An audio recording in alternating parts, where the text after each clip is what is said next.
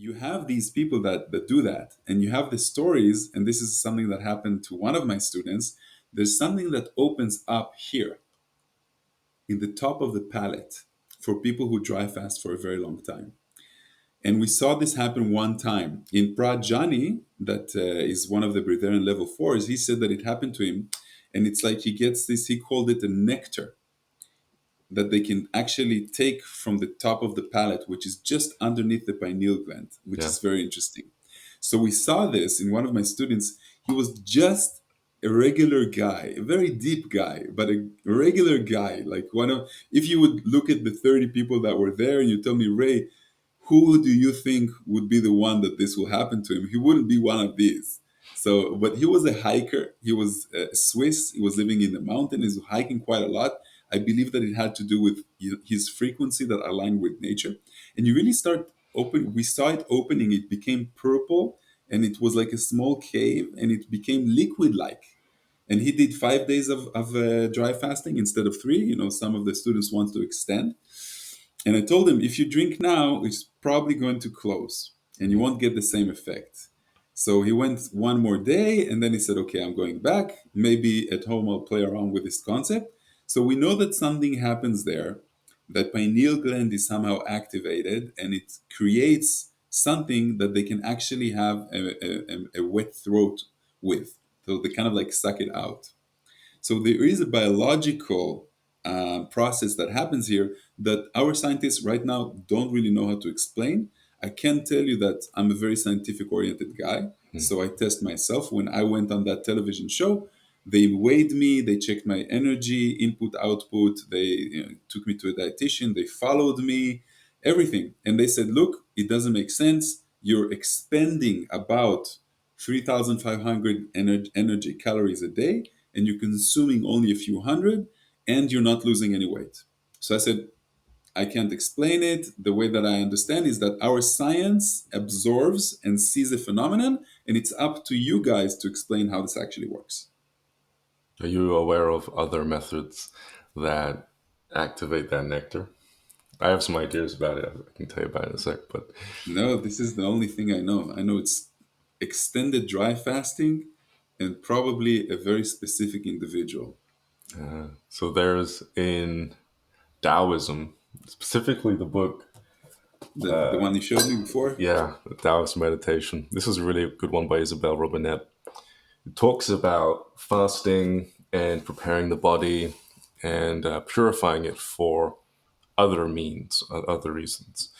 And one particular part in the book talks about the Jade Lake, and it talks about certain movements of the mouth and tongue that you do while you're not eating so much, which actually cause this nectar to drip Mhm. down and enter into the mouth. And when it's combined with the saliva of the Jade Lake, it creates the, they call it so many different words, the immortal fluid, for better lack of a word. And then what you do is, after ringing the heavenly bell up in the head, which is the pineal gland, and having it enter into this space and mixing it around with your tongue, you swallow it.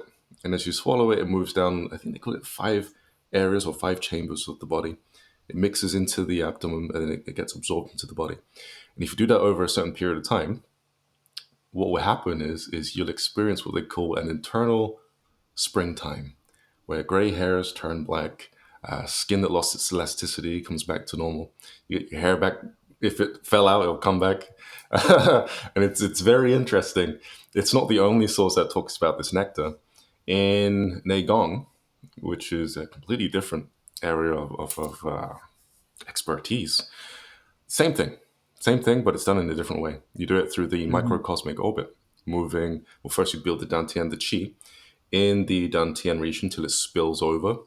And then you circulate it after you roll it, you circulate it under the perineum, up the spine, or spread over the back into what you will feel as the crown chakra. It will move down the back of the tongue, deep into the body. And as it does that, it builds more energy. The act of the orbit itself increases the energy by like a third. And then it all combines into the stomach again. And then it starts to churn again and starts to rotate. And then you pass it under the perineum, up the spine, back over it again. And as you do this, your body starts to spill over. It starts to leak, the chi leaks into the extremities. It starts to move the collagen, collagen, it starts to move the, what do you call it? The vertebrae of the spine, the soft tissues, the little pads Uh-huh. start to open up as the electricity starts to move through the skeletal structure itself. And you'll feel it as a stretching at first when you move it up the spine, it'll stretch.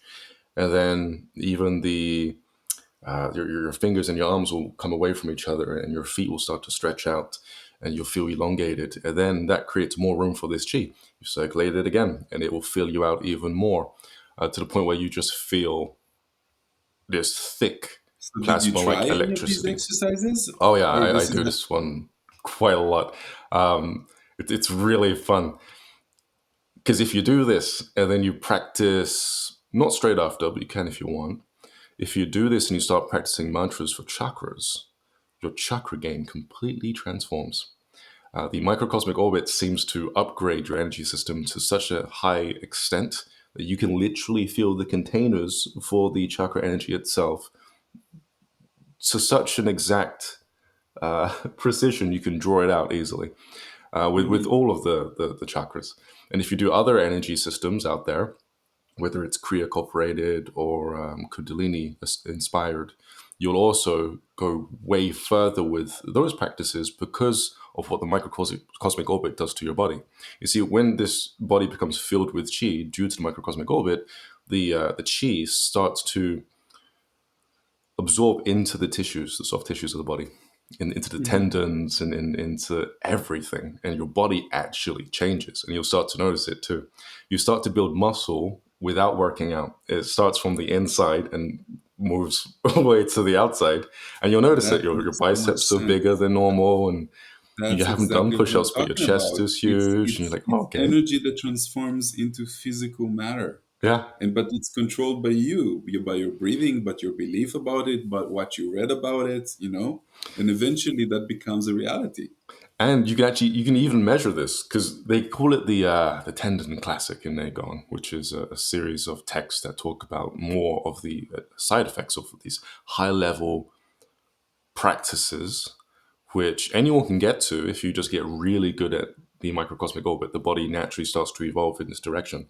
It talks about how the tissues transform to such a high degree that you become very, very strong. You can break things very easily. You become very robust, is the word. And they say to measure this, you take your finger and you just pull on the tendon, and you should feel the kind of springy tightness that's there. If you then move to your bicep and do this, and it's all squishy, your body hasn't developed far enough yet. Your muscles are supposed to get as taut as your tendons. And that's when you see these kung fu experts that can break things over their back and do all That's these exactly what I crazy. was going to ask. Yeah, This explains a lot. So it's all about exercising the chi to a higher level, and it's beyond the physical strength, right? and when you get even further, that's when this. Well, actually, during the microcosmic orbit, you'll notice when you get to these higher degrees of practice, which really is just you observing how the energy is moving and then constantly filling up the container. Then you'll notice that this nectar will drop and fill your mouth, and it'll be very Mhm. sweet. They say it can become unbearably sweet if you're not used to it, but you want to keep going, and then you can swallow it, and it will So start to wait, have more of an effect on the body. how much time a day did you practice it?